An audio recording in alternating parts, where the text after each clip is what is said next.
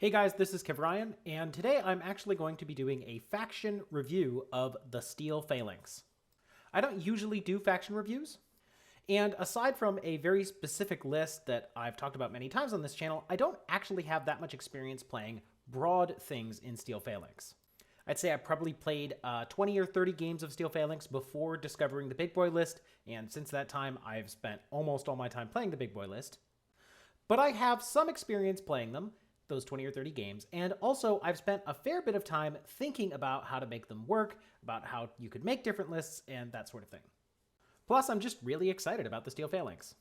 Lastly, maybe because the Steel Phalanx is old and out of print, a lot of the guides that are available don't account for the changes that happened in N4, which were pretty substantial. There is some content out there from N4 standards, but I wanted to add my opinions and hot takes on Steel Phalanx into the mix. With that out of the way, let's go ahead and get started. Rather than start at the top and work my way down, I am going to start with the single profile that I think encapsulates everything that Steel Phalanx is good at in a nutshell. And that is Ajax the Great. This dude costs about 40 points, and for that cost, you get someone who has a giant sack of wounds and armor and durability. Armor 5, BTS 6, 2 wounds and NWI, along with Mimetism -3, basically make this guy really, really robust against almost every attack that can come in the game. Simply put, either the armor or the mimetism are going to make attacks against him less reliable. Lots of stuff has MSV, like the Mukhtar or the Intruder, but those things don't have armor piercing. Lots of things have AP on high damage weapons, but these don't often have MSV, so the mimetism is going to hurt them. And of the things that have both MSV or really good shooting skill and armor piercing and high damage, those things often cost significantly more than Ajax, so you're way overpaying for the ability to put the hurt on him. There are obviously some exceptions. The Unknown Ranger is basically a perfect package. But broadly speaking, Ajax is very, very robust for how much you pay for him, which is, frankly, not that much. And for all of that, he is extremely dangerous up close. BS 13, Mimetism -3, BS attack +1 burst, and BS attack +1 damage means that he can, in an Anomatarkos, shoot 5 shots on 13s with Mimetism with his damage 14 Kami rifle. That is enough to absolutely melt a whole lot of things. And for the things that you can't melt with your shooting, you can melt in close combat with CC 24, Berserk +3, and an explosive close combat weapon that's going to be on damage 18. You hit as hard as a bear, except you have explosive instead of double action, and you've got martial arts to boot. So this guy just absolutely deletes if he gets into melee. These are, in many ways, the strengths of the Steel Phalanx. Really robust for how much you pay, and also really dangerous if you get up close. And I think that if you find this profile and what it brings exciting, then I think you're going to like the Steel Phalanx. That said, he also does exemplify some of the drawbacks of Steel Phalanx. He is movement speed 4/4, which is not very fast. He is impetuous and doesn't have any smoke of his own, which means he really wants to be in a fire team with other people to support him. And because that fire team is going to start in his deployment zone, and because he's only moved 4/4, you're going to have to spend a decent number of orders getting him into position before he can be dangerous. There is the forward deployment 8 inches profile, but that costs you 7 points, and the Link team itself doesn't get the forward deployment, so it doesn't really help him get into the action much faster. And broadly speaking, that is going to be true of Steel Phalanx in general. For the most part, Steel Phalanx consists of dudes that are 4/4 that want to be in Link teams, and the Link teams are going to start in your deployment zone. There are a precious handful of models that can start outside the deployment zone, of which Ajax is one. And of those precious handful, absolutely none of them have anything like marker state that can actually keep them safe out there. All of which is to say that the Steel Phalanx is going to be a faction that starts in its deployment zone, has to spend orders moving out of its deployment zone, but once it gets there is going to be very tough and very dangerous. So to summarize, Ajax is a giant ball of wounds and armor that is really robust for how much you pay for him and is really dangerous once he gets close, but like everything else in Steel Phalanx, he's basically going to start in your deployment zone and have to walk out there at his 4/4 speed. So in terms of Ajax specifically, you are going to take this guy in almost every single game. Not only is he one of the best profiles in Steel Phalanx, he is also one of the most iconic and synergistic profiles that's going to do what the faction wants to do. That said, because he's heavy infantry, he is hackable, and that hacking threat can mean that your attack is stymied if you've got to walk through a Nomad repeater network or something like that. So I can imagine lists in which I don't take Ajax. It's just whenever I have to do that, I have to ask myself, why am I playing Steel Phalanx in general if I'm not going to take Ajax the Great? Before moving on to talk about other profiles, I want to talk about the other thing that makes Steel Phalanx kind of interesting, which is their fire teams. Unlike basically everybody else, Steel Phalanx does not get a Fireteam Harris and a Fireteam Core, and instead gets an unlimited number of Fireteam Anomatarkos. On paper, these are basically just fire teams that can have a maximum of 4 members. And because you only have 4 members, you're not going to get that +3 ballistic skill that happens when you get member number 5. In practice, this means that you're primarily taking the Anomatarchos for efficiently moving your dudes across the board together, getting burst 2 in ARO and the extra burst on the attack, and getting Sixth Sense. That Sixth Sense is actually particularly thematic for me because it captures the phalanx spirit of each man protecting the person on their left. So that's the rules as written for Fireteam Anomatarchos. But there is one additional twist, which is that in order to form a Fireteam Anomatarchos, you need to have someone with the Fireteam Anomatarchos skill. And the only profiles that have the Fireteam Anomatarchos skill are the heroes and officers of the Steel Phalanx. What that means is that basically every Fireteam Anomatarchos that you have in Steel Phalanx is going to be led by at least one iconic hero.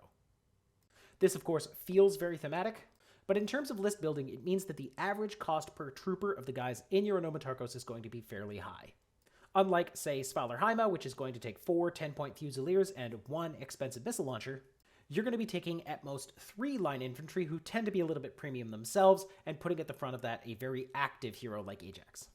So because you don't actually get the +3 BS bonus, because your profiles tend to be kind of expensive, because you always have at least one really cool hero, the fire teams that you tend to form in Steel Phalanx tend to be more excited about moving together into the midfield where everybody can be more dangerous. You're simply not going to have a lot of success trying to create a castle defensive link that sits in your deployment zone and does nothing else all game. I mean, you can definitely create these defensive links, it's just the links are also going to be effective at reaching out and punching your opponent in the face. Which, in my opinion, also feels very thematic, both for phalanxes in general and for something that's called the assault subsection of Aleph. That all done, let's talk about one of those fire teams that you're going to form, which is the Myrmidon fire team. The base Myrmidon profile is basically a smoke-throwing, non-impetuous warband with mimetism -6. These guys are all going to have nanopulsers and other direct template weapons, smoke grenades, and be decent at close combat.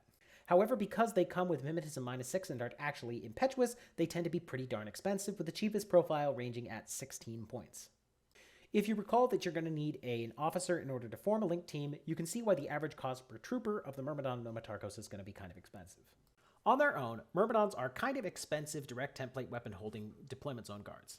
What's cool about them, though, is that you can take those deployment zone guards and move them up into the field basically for free along with the rest of your Anomatarchos. I would probably never have the Myrmidons as the point man of a link, except maybe the Spitfire profile, which we'll talk about in a second. But when I have Myrmidons in a link, I tend to be pretty happy defending in a rather aggressive fashion with them. Because of their mimetism and smoke, they can be really hard to put down. Because of their close combat weapons and direct template weapons, they tend to be fairly robust against enemy warbands. And one thing that I particularly enjoy about these guys is they have Phys 13, which is okay, and dodge +2 inches. Combined with their Sixth Sense and Phys 13, this dodge +2 inches means that I can very reliably make sure that the Myrmidons are in exactly the right position whenever the enemy comes calling. That's not always dodging forward, maybe they dodge into CC with a bear, maybe they dodge back away from the bear into the smoke.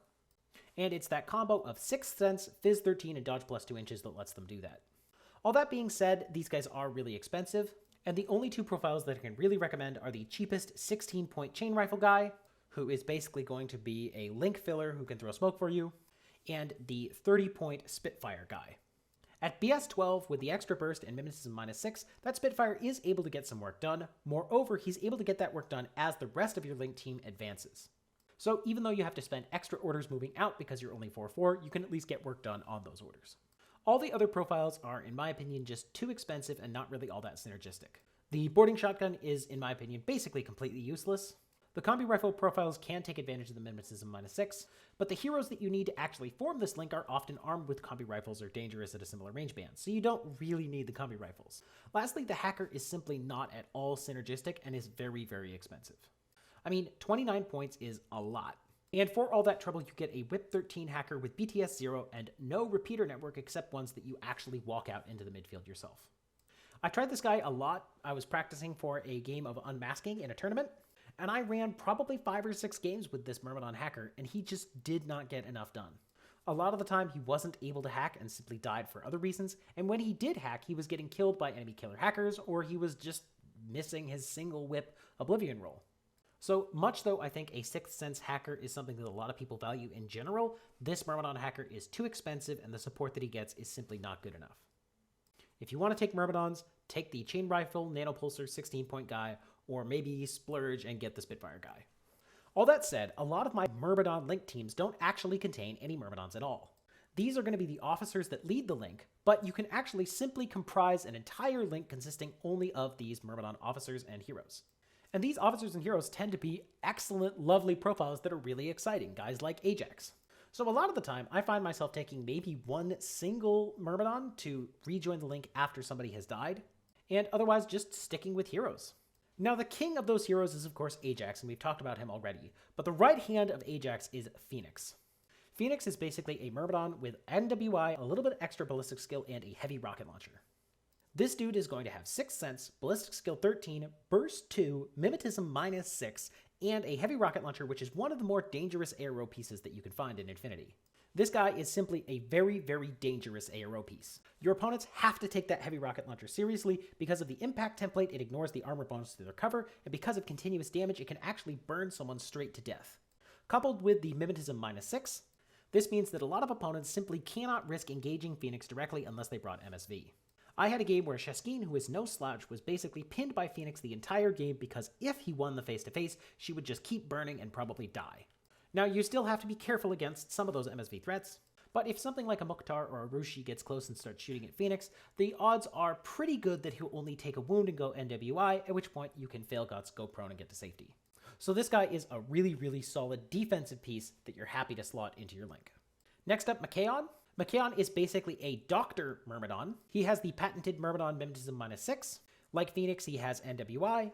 He packs a combi rifle. And of course, he is a doctor, which means that he can cancel the NWI of Phoenix, of himself, of Ajax, and that sort of thing. One other important note, though, is that Machaon has Eclipse Grenades. In a link, these things can be thrown very reliably, burst 2 on 16s if you're in good range band. And these Eclipse Grenades allow you to advance very reliably against MSV threats that otherwise might shut you down. And, that Eclipse is super, super, super important. I said earlier that not every list for Steel Phalanx includes Ajax, but every single Steel Phalanx list that I have ever made always includes Machaon. In fact, he is very often my lieutenant if I don't have a better candidate for it. And because I'm taking Machaon almost every single time, and because Machaon has a combi rifle, I am simply not seeing the need for those regular Myrmidons with their combi rifles because I already have one. The final named hero that counts as a Myrmidon is Oideros. In a lot of ways, Oideros is basically a Myrmidon on steroids. He has better martial arts, he has better CC, he has better ballistic skill, he has better armor and BTS. He has NWI, he is a specialist, which is kind of neat. He has the patented mimetism -6. And the gun he packs is a Mark 12, which is basically a Spitfire that shoots bigger bullets and has extra damage. Importantly, like Machaon, this guy has Eclipse Grenades. And because he's not the doctor of your link, you can actually afford to have Oideros on a more aggressive ARO position where he'll see threats coming in and throw Eclipse Grenades in order to stop them. At least that's the idea on paper. I personally don't have a lot of experience with Oideros. At 41 points, he is very, very expensive. But I've seen other people talking about their games with Oideros that they found luck with him. And in my limited experience with him, he's also done pretty darn well. In terms of list building, I tend to use Oideros as my substitute if I'm not going to take Ajax. For example, if I'm playing specifically against Nomads, I might consider replacing Ajax with Oideros because Oideros can walk through that repeater network without actually getting stopped, and then he can start killing things on the other side. However, because he costs 41 points, substituting something as expensive as Ajax really is the kind of thing that you're going to have to do. So that's Oideros. We will round out our discussion of the Myrmidons by talking about the unnamed heroes called the Merman Officers. These guys aren't that interesting, they don't bring a heck of a lot that your Myrmidons don't bring themselves, and they cost a fair bit for that marginal utility. They do have NWI, which is nice, but they don't have shock immunity, so something like Red Fury or a Mine is just going to kill them.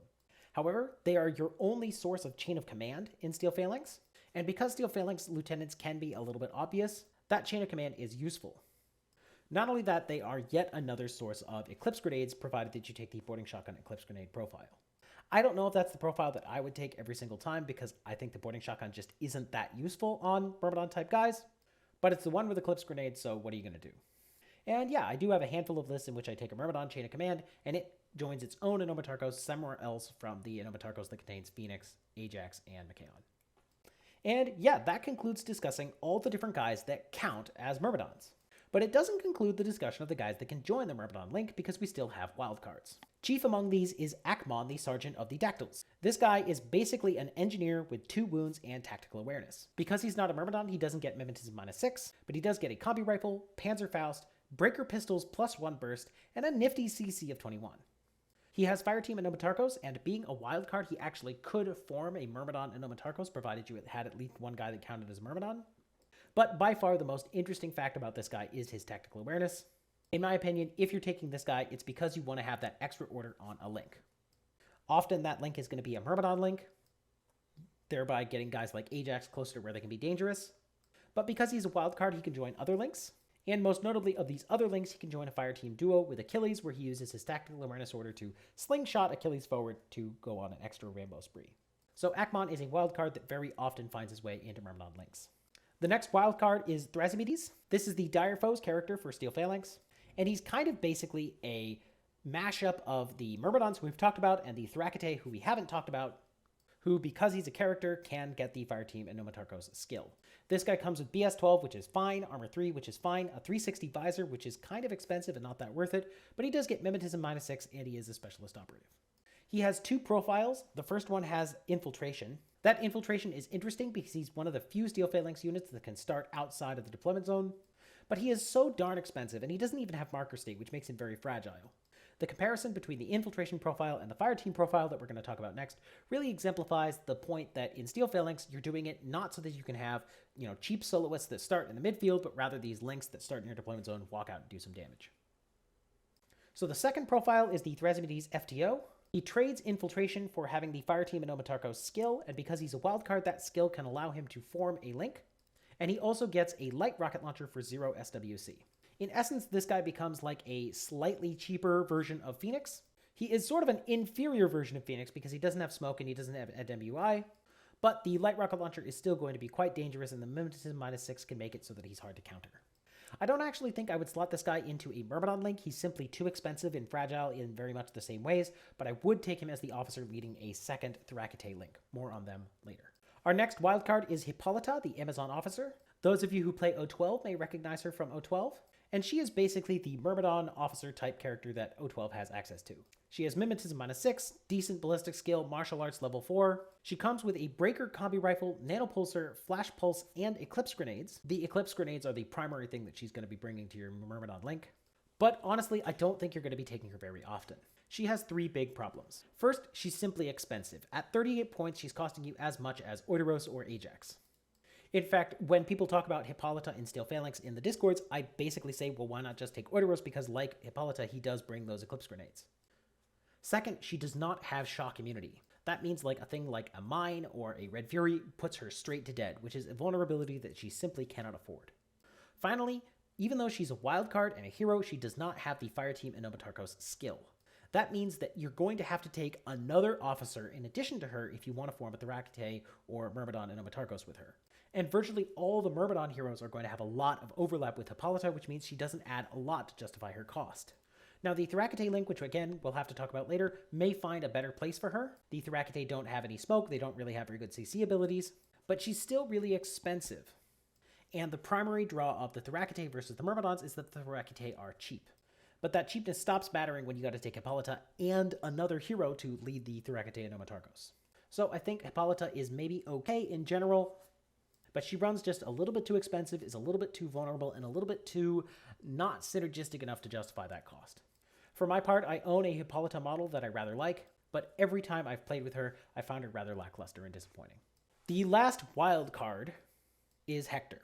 Now, focusing on the fact that this guy is a wild card is a little bit like missing the forest for the trees, but when I take this guy, he very often finds his way into Myrmidon or Thoracitae link teams, so it is worth bringing him up in the context of wild cards. And he actually complements the links very well. Like a lot of the dudes in Steel Phalanx, he's very, very tough. His toughness comes from wounds and armor. He has armor 5, BTS 6, 2 wounds, and NWI, which means that he can sit there and get shot at by things like HMGs and then fairly reliably fail guts to cover and safety. He's also extremely dangerous if he can get close. At BS 13 with an extra burst, I think the plasma rifle profile is the right one to take. Plasma is simply so damaging if it hits because it forces 2 saves and also ignores their bonus for cover. And as with Phoenix, I really like using Hector's templates in order to punish deployment mistakes or make my opponent scared to get to clump together. And it's for these reasons that I highly recommend that you use the plasma rifle first if you're going to try out Hector.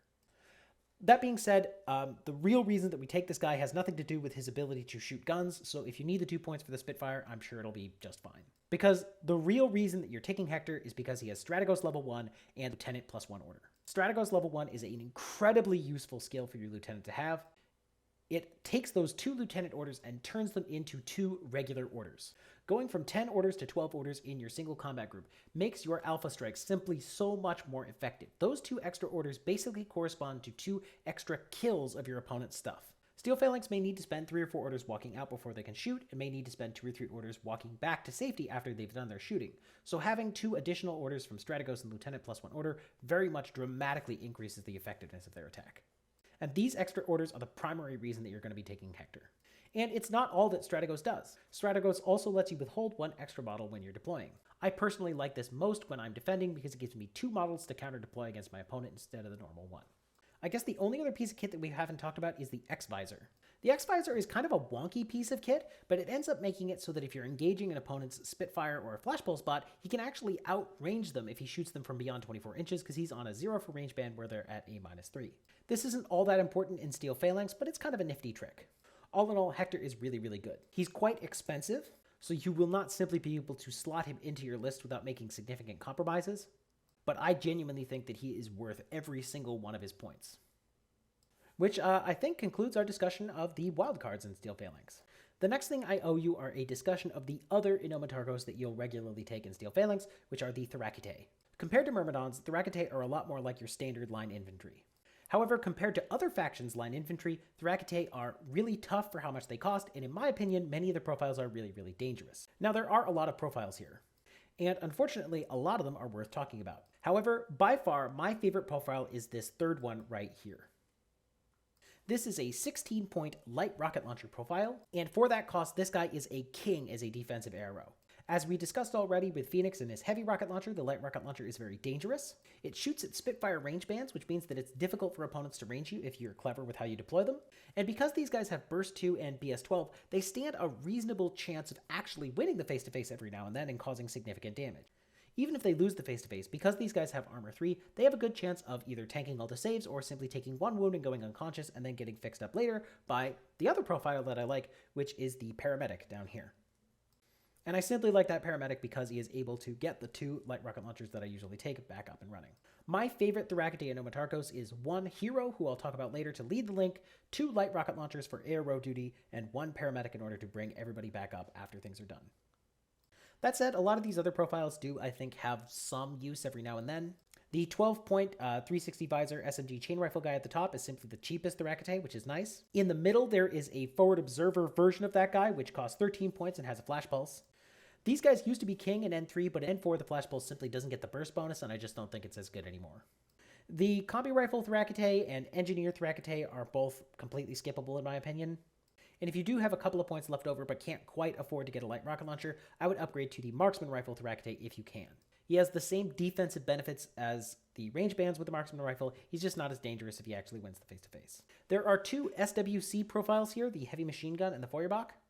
In a lot of your Steel Phalanx lists, these guys may be tempting because you haven't spent all of your SWC, and upgrading one of your light rocket launcher guys to a heavy machine gun or a Feuerbach is definitely tempting. I think you can do that if you want to. I have certainly tried it, but at the end of the day, they're simply ballistic skill 12, which is just not all that interesting. These days, I'd probably take the Feuerbach over the heavy machine gun because it's simply more dangerous than ARO, and it's more widely damaging against targets than the HMG in the active turn, but really, I'd much rather just say spend those points somewhere else. The last Thoracitae profile is this bottom one, the Fireteam Inomatargos leader. This guy is fairly unique in that he is not a hero, but can still provide the necessary Fireteam Inomatargos skill to form the Fireteam, and at 18 points he ends up being a lot cheaper than any of the other heroes that you could use to form the Fireteam Inomatargos. However, the Thoracitae are availability 6, and a Fireteam Inomatargos can have up to 4 members in it, and I really do think you want to have a full team if you can afford it. So if you're going to take this Fireteam Inomatargos guy, you're going to have 1 team of 4 Thoracitae and then 2 Thoracitae left over, at which point you start thinking, well, why not take some heroes and wildcards in order to create a second Thoracitae team, at which point you realize that if you take one of these 2 heroes and put them in the original Fireteam of Thoracitae in the first place, you can take this boarding shotgun guy for 18 points and turn him into a light rocket launcher for 16 points, which is going to be better and more dangerous.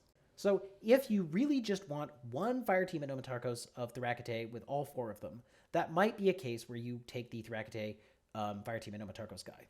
But in my experience, that's simply not what you want in a lot of your lists, and that means that the Fireteam Anomatarchos Thoracitae is not the one you want leading the link. Instead, I recommend that you have Nesse Alki leading the link. She herself is really very similar to a Thoracitae. She has a little higher ballistic skill, she has a 360 visor, she has 3 points of BTS. Nothing like NWY or 2 wounds, so she's just as fragile as them if she loses the face-to-face. But on the active turn, she has NCO and therefore could use the Lieutenant order to move the whole link, and she has a Spitfire. And a BS-13 Burst 5 Spitfire is more than enough to get the work done in a lot of the cases, which makes her my preferred officer for the Anomatarchos of the Thoracitae. I like to take her, 2 light rocket launcher Thoracitae, and a paramedic. In the active turn, Alki runs out, shooting everybody with her Burst 5 Spitfire and getting the light rocket launchers into position. In ARO, she hides, putting the 2 light rocket launchers out for my opponent to shoot at. And then when they go down, but they're probably alive, the paramedic is then able to get the 2 light rocket launcher guys back up again, and then they do the whole thing all over again. It's a neat trick, and Alki is really good at being the one to make this happen. In fact, my only complaint with Alki is that 28 points is very expensive for what is fundamentally a single wound Armor 3 Spitfire with NCO. I think it's that 360 visor that's making her so expensive, and in a link that normally has 6 cents, the 360 visor just isn't all that useful. Still, the link itself is cheap, and it's very effective in my experience. If you don't want Alki as your link leader, there are a couple of other options. I tend to like Thrasymates if I'm taking a second Thoracitae link. His light rocket launcher is dangerous in exactly the same way, but his Myrmidon -6 makes him even more oppressive in ARO, and maybe if you have some extra points or SWC, you can take an SWC Thoracitae who can do the shooting in the active turn. Another option is Akman. He will grant the Thoracitae tactical awareness. I don't like him as much as Alki because he's not as good at shooting in the active turn, but I think he's perfectly respectable. And then a final option is, of course, Hector. Having Hector stand there with 3 chain rifle bodyguards may be the closest that the Steel Phalanx gets to a defensive castle link. Of all these options, as I've already said, I like the Alki Thoracitae link by far the most, but there are other options. Now, in practice, this concludes our discussion of Anomatarchos in Steel Phalanx. But on paper, there is a third Fireteam Anomatarchos option, which are the Drdactyls. These guys are the doctor engineers of the Steel Phalanx, and in terms of being doctors and engineers, they are a little bit interesting. They all come with BS-12, Dogged, and Breaker Pistol +1 burst, and the engineer actually has a Flemish Spear profile, which I guess could be pretty damaging in ARO. The problem is, you basically never want a fire team that has more than 1 doctor or more than 1 engineer. And these guys also have Dogged, which is kind of nice if you're an ARO piece, but you don't actually want your engineer or doctor to die. You want them to bring back the guys who went down on ARO. All of which adds up to make the Drdactyls a really weird piece. On their own or in a link, they're very expensive, and their kit really just doesn't synergize with itself. So if you took a link of these guys, it would end up being very expensive and it wouldn't end up being all that effective. If you want a link team that has a doctor in it and an engineer, take Machaon, take Akman, put them in your Myrmidon link and go kick some butt. I definitely would not recommend a Drdactyl Anomatarchos in your Steel Phalanx. And honestly, I would not recommend even taking a single one of these guys. I do see some people every now and then talking about taking a Doctor Drdactyl and giving him a Udbot and then parking that Udbot next to some priority target. Personally, I think this is really, really bad. The Drdactyl is so much more expensive than the standard Doctor that you'll see in Nomads or whatever else. And both the points you spend on the Drdactyl and the slots in your army could be spent on something like a Thoracitae Paramedic, which would do almost exactly the same job but join a link, or Machaon, who would do way more than this guy and can also join a link. Spending 23 points for a Whip 13 Doctor to stand next to something like Atalanta is just not worth it. And the fact that you don't have any cheaper options than the Drdactyls still doesn't make it a good idea. Bring a linked Paramedic, bring Machaon, leave your Drdactyls at home. And if you do own a Drdactyl model and desperately want to use it on the table, use it to proxy Akman. So on that disappointing note, I guess we can end our discussion of the Fireteam Anomatarchoses in Steel Phalanx. So with that done, I'll just go top to bottom on all the remaining models. For starters, we have the standard set of remotes. The Daleth Rebot is the sensor version that Aleph has access to. Pretty standard fare, 6'4 movement, BS-11, forward observer, sensor. This guy has Climbing Plus, which I think is also the same thing that distinguishes the Nomad version. So I don't know what's up with that, but you know what this guy's about, and I think he is marginally useful every now and then. One thing that is kind of interesting is that Steel Phalanx doesn't always have great access to forward observers. I mean, you have the Thoracitae forward observer, but I'd much rather have a Thoracitae light rocket launcher. And at 17 points, this guy costs about the same as a Myrmidon, so if you need to add some extra specialists to your list, maybe you're playing countermeasures, for example, a 1-for-1 swap from a Myrmidon to a Daleth is something that can usually be accomplished. Next up is the Zayin. This is the TR bot with an HMG. Again, pretty standard practice, pretty standard fare. This guy, like the Daleth, has climbing plus, which is, I guess, a little bit interesting. And I keep thinking that this guy might have some interesting synergy with Akman because I love that engineer. But at the end of the day, I'm not playing Steel Phalanx so that I can take 25-point remotes. If you want to take him, you know what he's about. He's the same as basically everywhere else. If you don't want to take him, then don't. Same can be said for the Samic robot. This is your missile launcher bot. Nothing clever going on here. He costs a little bit more than other people's missile launcher bots for basically no reason as near as I can tell. The only synergy that this particular robot has with Steel Phalanx is that in Steel Phalanx, you'll very often not spend all of your SWC. And if you haven't spent all of your SWC, then taking a missile launcher bot at only 18 points might be an interesting ARO piece. I haven't done it. I don't plan to, but you might want to do that yourself. These next robots, though, these guys I really do like. I think they fit in very well. These are the Flash Pulse bots. Nothing makes these guys more interesting in Steel Phalanx than elsewhere. You get two of them, they have a Flash Pulse, they have Mimetism. But the reason that I think they synergize with Steel Phalanx is because they embody the principles of Steel Phalanx. They are very robust for how much they cost. 7 points is cheap, the Flash Pulse is an excellent defensive weapon, and Mimetism -3 is really annoying. I take two of these guys in almost every single one of my lists. The next guys are Netrods. These guys truly are just cheerleaders. They have basically no stats, and they are actually required to deploy via combat jump during the deployment phase. This can be a little awkward, they jump on a 12, but it happens pretty regularly that I actually just miss both combat jumps and then have to put these guys standing on the edge of my deployment zone. That can be awkward when they can't even dodge. However, these guys are more interesting than they used to be in their N3 days. In N4, Netrods have Veteran, and interestingly, in N4, Netrods are troopers, and because they are troopers, they are allowed to declare skills. They can declare a look out if they see something, and they can declare a move. With move 0-0, they can't actually go anywhere, but they can go prone. So if you happen to have a order where you're moving one guy around, maybe spend a command token, make it a coordinated order, throw them the two Netrods, have the Netrods go prone, now they're that much safer. And at 4 points, really all you want from these guys is a regular order that is safe, and having it be Veteran is just icing on the cake. Next robot are these Probots. These are just your 8-point baggage bots or maybe the 15-point Evo hacker. You know what these guys are about. Take them if you need cheap cheerleaders. Take them if you want the Evo hacker. Otherwise, skip them. And the last of our standard robots are the Yude bots. This is your peripheral servant bot. The only thing I want to say about these guys is to ask you why you think you want one. Every doctor in Steel Phalanx can join a link. The same is true for every engineer. A lot of our doctors and engineers are providing very useful things to the links that they join. And if you saddle them with a peripheral, guys like Machaon, guys like Akman can no longer join links. And in my opinion, part of the whole point of playing Steel Phalanx is to move these very efficient links around together. So while it may be tempting to take Machaon, for example, and to give him a Yude bot to make his doctor skill a little bit extra better, I claim that the way that you're going to make his doctor skill a little bit extra better is by putting him in an Anomatarchos with the guys that he wants to heal. That I think is better than taking a Yude bot, which is all I have to say about that. Next up are the Agema Marksmen. This is the Steel Phalanx version of guys like the Nisei or the Epsilon or the Karhu, and unfortunately, compared to those pieces, the Agema just suck. At 32 points, they are very, very expensive. For all that trouble, they don't have shock immunity, they don't have good armor, their ballistic skill of 13 isn't even all that great, and their weapons are missile launchers, Mark 12s, and multi-sniper rifles, which aren't tremendously that likely to win the face-to-face.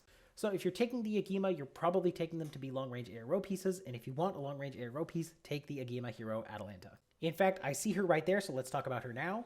Atalanta has two profiles, but I would almost always take the total reaction profile. Atalanta is basically a core-linked sniper wrapped up in one single model. She has BS-15, which is crazy. She has marksmanship, so she ignores the cover penalty to ballistic skill. And she has MSV2, so she can see through smoke and cancel enemy mimetism. She also has a Tinbot Discover +3 in case you need to discover something. And her multi-sniper rifle has BS attack shock, so it's always going to be shooting double action or AP and basically never can get outranged. To spell this all together, on ARO, Atalanta is going to be shooting 2 dice on ballistic skill 18 against almost every target. And it is for this reason that I described her as a core-linked multi-sniper ARO piece wrapped up in a single person. Now that may seem really, really good to you, and in many ways it is really, really good. The only word of caution I would say is that in ARO she still only has Burst 2. And unfortunately, Burst 2 can be unreliable. Maybe you roll a 19 and a 5, and your opponent is spraying you down with an HMG with Burst 5 and beats you, and she only has 1 wound, she only has armor 2, and if she gets unlucky, she may fall unconscious. Shock immunity does help, but once she's down, she's no longer on ARO, slowing your opponent. And it is because of this unreliability of the dice that I don't think you should lean on Atalanta too heavily. It's very tempting to want to take that Dactyl or Machaon and give them a Udbot and put the Udbot next to Atalanta. But I don't think that investment is really worth it. Taking Atalanta is basically trying to trust her dice in order to win, and if you get unlucky, you have to be able to say, okay, no big deal. Taking a paramedic and maybe getting unlucky and killing her with the medikit is just an extension of that principle, and it doesn't really change the nature of her piece all that much. So Atalanta is really good, but she can also be very variable. While we're talking about Agema, I do want to talk about Tuser. This is the other named character of the Agema, and he used to be kind of like a weird, quirky variant on Atalanta. Unfortunately, he is basically like a bad variant on Atalanta. He has two profiles, both of them cost us about as much as she does. Of these two profiles, the Feuerbach is the only one that you should take. The K1 sniper rifle is just not good. And even the Feuerbach is not all that great. The problem is that Tuser's BS-14 is not as good as Atalanta's BS-15 with marksmanship. And he does not have total reaction, so he's only burst 1 in ARO. For that level of trouble, he does get no wound in cap, so if he takes a wound, he can stay there and keep shooting. But every time that Tuser takes a wound, you gotta wonder, wouldn't Atalanta have won the face-to-face roll in the first place? And every time Tuser takes 2 wounds in one go and dies, then, well, again, you'd much rather have had Atalanta. So it's tempting to want to take Tuser and put him behind Ajax and recreate the Iliad by having him kill people, but in practice, I think you should just go with the crowd favorite and take Atalanta. That finishes up our discussion of Agema. Let's now go to the next profile, which is the Ectromoi. These guys are adorable. I love them. I don't know if they're very good, but I love them. They are basically warbands with combat jump. The stellar profile is this middle guy, the chain rifle +1 burst for 20 points. If you take an Evo bot and give them +3 to their combat jump, they can land on 16s. And once they've landed, they can go, cut someone's head off in martial arts, or maybe double chain rifle something and trade for way more than their points. They have stealth, they have super jump, and those two things can make them annoyingly mobile once they get into position. And they're cheap enough that you can afford to either take multiples of them or just not care all that much if they fail to drop. For 5 additional points, you can get the hacker version. It's exactly the same except it has a hacking device. This might actually be kind of interesting because for some reason the Ectromoi have whip 14. In addition to being a specialist, you are a hacker that can go isolate the enemy's lieutenant or maybe target the enemy's lieutenant so you can shoot missiles at them. And it may not seem like the Steel Phalanx way to use a hacker in order to get work done.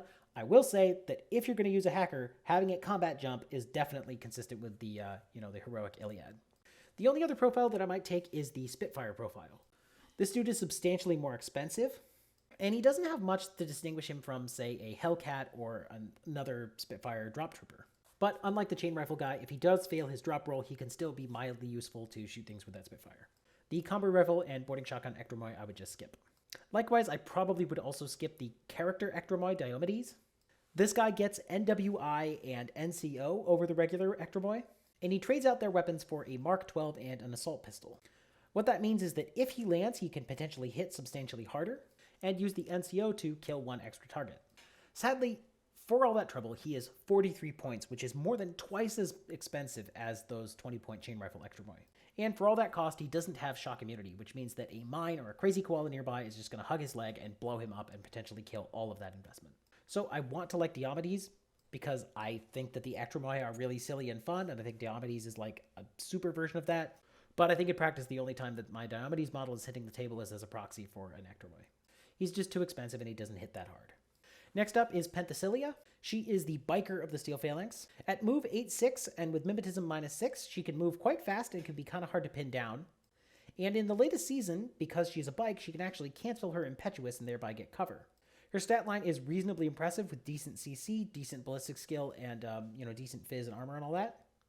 And she does have NWI, shock immunity, and bioimmunity to give her extra defenses. On top of all that, the fast solo attacker is something that Steel Phalanx is sorely lacking in, which means that Panthelia is something that I want to be able to include successfully in my lists. Unfortunately, she ends up just being way too expensive while not being all that effective. The problem is that her kit doesn't really synergize. The monofilament close combat weapon may seem nice in paper, but with CC 23, she's not going to crit all that often. She does have CC attack -6, which means she'll likely win the face-to-face roll, but after she's hit, the opponent could still just tank the monofilament save.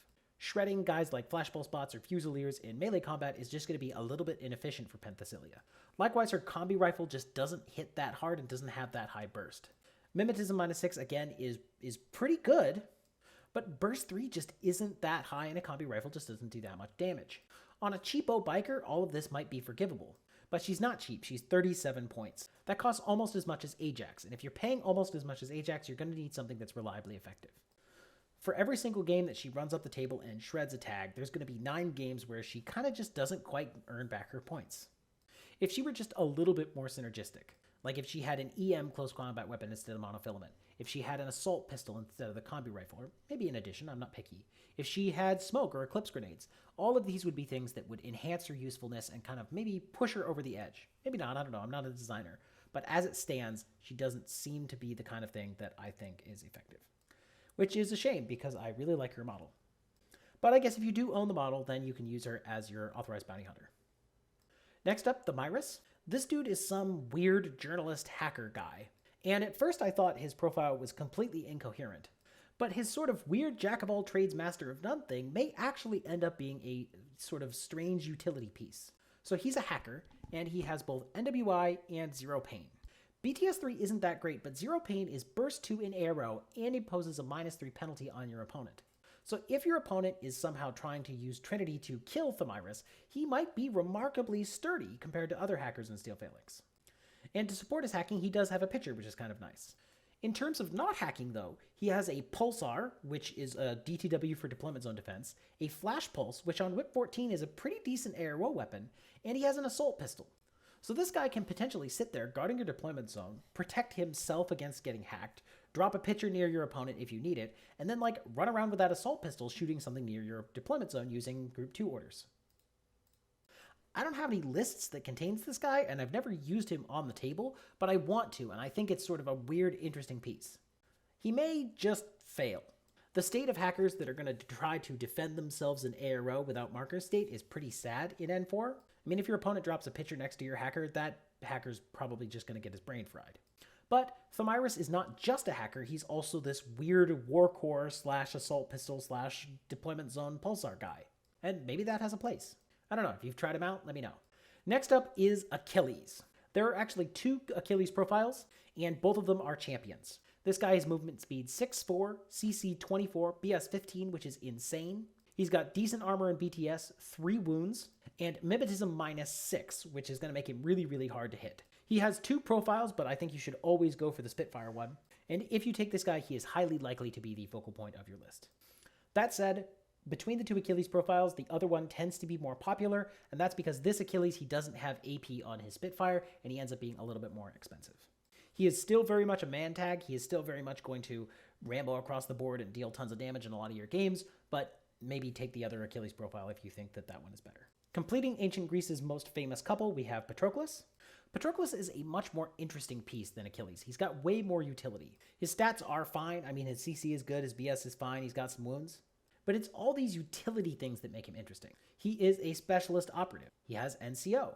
He comes with his own smoke. And he has the Hollow Mask Hollow Projector combo. The Hollow Projector can be used to trip enemy mines or crazy koalas, and in a sense can protect him from being hacked because your opponent doesn't necessarily know which is the real one. Now, unfortunately, you're not going to be able to use that Hollow Mask to trick your opponent all that often. The primary targets that you want to emulate are going to be someone like Atalanta or Hector, and both of those have tin bots. And unfortunately, for whatever reason, the Hollow Mask rules say you cannot Hollow Mask as someone who has a tin bot. But at the end of the day, the Hollow Projector part is really just a way of giving him extra mobility as he moves across the field.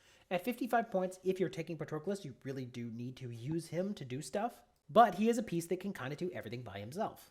He can run up the field, throw smoke, kill someone in melee, shoot someone with an HMG, push a button with his specialist option, and then use Hollow Projector or something to get to safety. All that package in one guy is kind of interesting.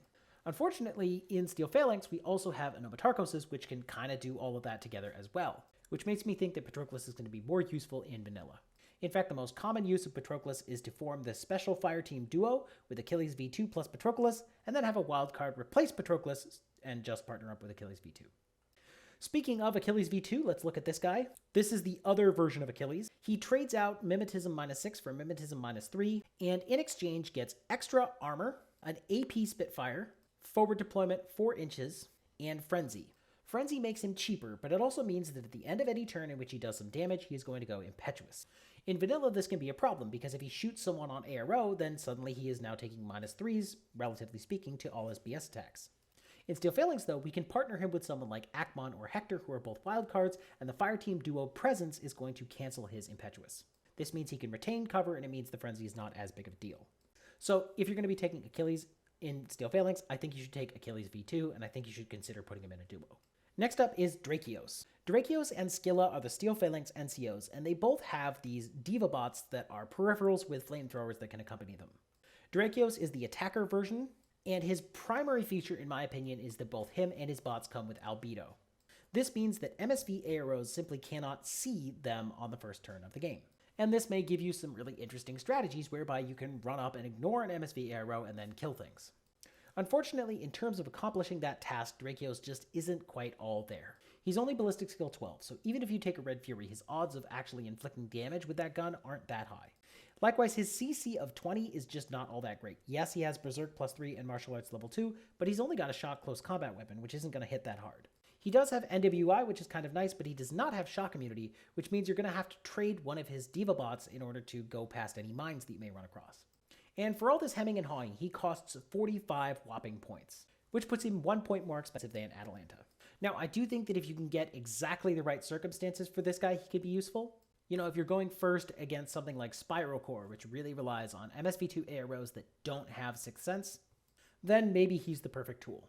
I did actually have one game where I took him under those exact circumstances. And unfortunately, I played very badly that day, so he did not shine, but I think he would have shined had I not failed him.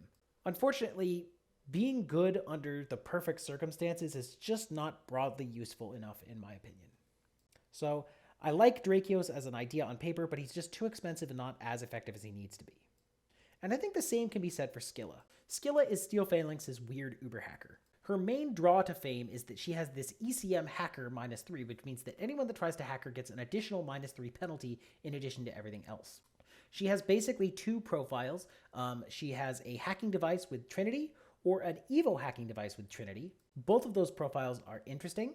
Trinity is the killer hacker attack program, and the dream that I think a lot of people have is that you shoot her pitcher and it lands next to your opponent's hacker and they get a -3 from Firewall and a -3 from the ECM, and then she hits them with Burst 3 Trinity at +3 damage and then fries their brains. Then in ARO, because again, we still have the Firewall and the hacker bonus, she just somehow survives every ARO that comes up against her. That, I think, is the dream. The problem is, in my experience, Scylla is very expensive, and Steel Phalanx doesn't bring with it the midfield repeater support that you need in order to justify her cost. If you want to hack something, you need to use orders on her to either throw pitchers or move her Divabot Charybdis out into the field. And those are orders that you could be spending moving a whole Enomatarchos out into the field. Moreover, even if you go through all this trouble, she's still only Whip 13 and only BTS 3. If your opponent throws a pitcher, lands it right next to Scylla, and starts hacking her through that pitcher, I think she's just going to die really fast. I want to like Scylla. I liked her a lot in N3, but the N4 version is just more expensive and doesn't have marker state anymore, and Steel Phalanx just does not provide the midfield repeater coverage that a hacker like her needs to thrive. We're almost done, and if I were going in order, then the last profile that I would talk about is Andromeda, but I do want to save her for last. So instead of talking about Andromeda, I'm going to talk about the Warcore. You know what these guys are like. They are a flash pulse that costs 3 points. You take them, you put them in your deployment zone, your opponent runs across the board, and then, the Warcore crits them with a flash pulse, and you win. They aren't super synergistic with Steel Phalanx in general, but if you have the points, then you're going to take them. That out of the way, we can talk about our last profile, which is Andromeda. Andromeda is a profile that made waves when N4 came out. The reason she made waves is because of the Guard special skill and the way that that skill interacts with the ARO declaration sequence. Basically, Guard lets you declare a CC attack against an opponent that's in your zone of control instead of having to be in silhouette contact. Guard also lets your opponent CC you back. However, Guard is an optional skill, and you don't need to let your opponent know that you're using Guard until you've declared your second short skill, which happens after they've declared their ARO. So the nightmare scenario with Andromeda is you withhold her as you're going first, then you use her infiltration +6 to deploy her near the opponent's DZ, then you walk over to one of your opponent's pieces. They are forced to either declare a CC attack against you or a BS attack against you. If they declare a CC attack, you then say, oh, I'm not using Guard. Their CC attack becomes invalid, and you shoot them with your SMG. If they do declare a BS attack against you, you then say, I am using Guard, and you use your CC21 with Martial Arts level 3 to slap them with a D-charge, and they die. And it's the potential for this extremely damaging, basically unavoidable attack that caused a lot of people to stay up at night or, look at this profile with envy and joy.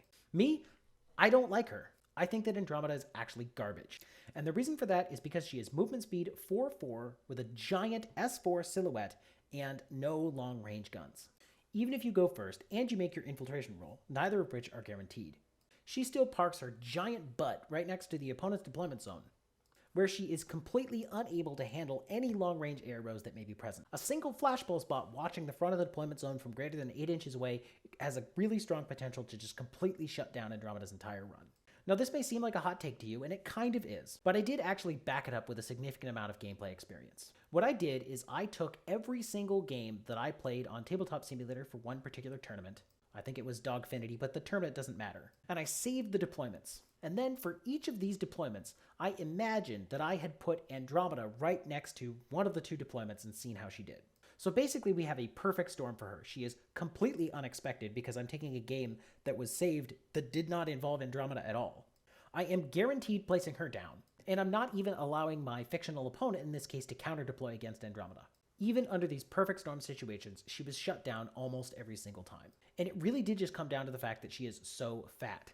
Too much scatter terrain caused it so that she couldn't move by without getting seen. Too little cover meant that she was sticking around corners and getting shot from long-range AROs. She's so fat that most stairwells can't support her. And at 4-4 speed, she's so slow that she can't actually get all the way up many buildings.